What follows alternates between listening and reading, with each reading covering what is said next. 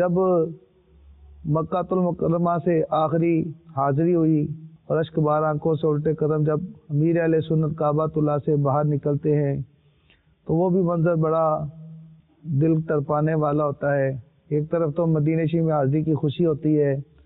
اور دوسری اللہ کے گھر کے چھوڑنے کا غم بھی ہوتا ہے۔ الٹے قدموں سے چلتے ہوئے باہر نکلتے ہوئے کعبۃ اللہ کا الوداع کرتے ہوئے امیر اہل سنت اشک بار آنکھوں سے غلاموں کے ساتھ باہر نکلتے ہیں اور پھر وہاں سے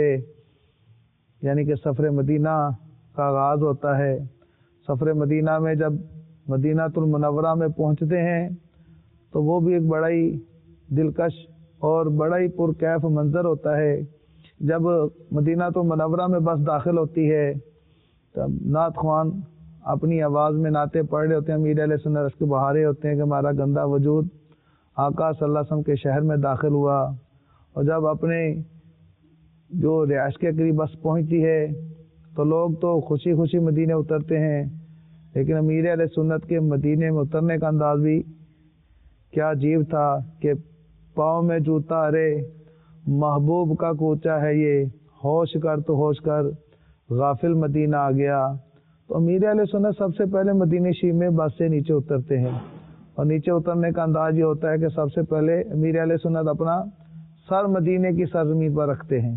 اور پھر پورے مدینے میں جب تک امیر اہل سنت رہتے ہیں کوئی ایسا اینگل نہیں بناتے جہاں نبی پاک صلی اللہ علیہ وسلم کے روضے اطہر پر پشت ہوتی ہو۔ آپ فرماتے ہیں عاجزی کرتے ہوئے کہ میرا بس چلے تو میں مکے میں سانس لوں اور مدینہ شریف میں سلام عرض کر کے بغیر سانس لیے وہاں سے باہر نکل جاؤں تاکہ میرا گندا سانس بھی مدینے میں نہ نکلے۔ اور امیر اہل سنت سنہری جالیوں کے سامنے بھی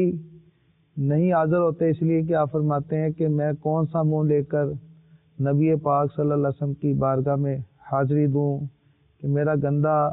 وجود، میرا گندا چہرہ اس قابل نہیں کہ نبی پاک صلی اللہ علیہ وسلم کی بارگاہ میں حاضر ہو سکے۔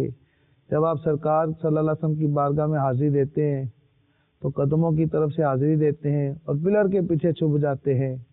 اور پھر چھپ کر نبی پاک صلی اللہ علیہ وسلم کی بارگاہ میں حاضری دیتے ہیں۔ صلو علی الحبیب صلی اللہ تعالی علی محمد۔ مجھے اپنی اور ساری دنیا کے لوگوں کی اصلاح کی کوشش کرنی ہے۔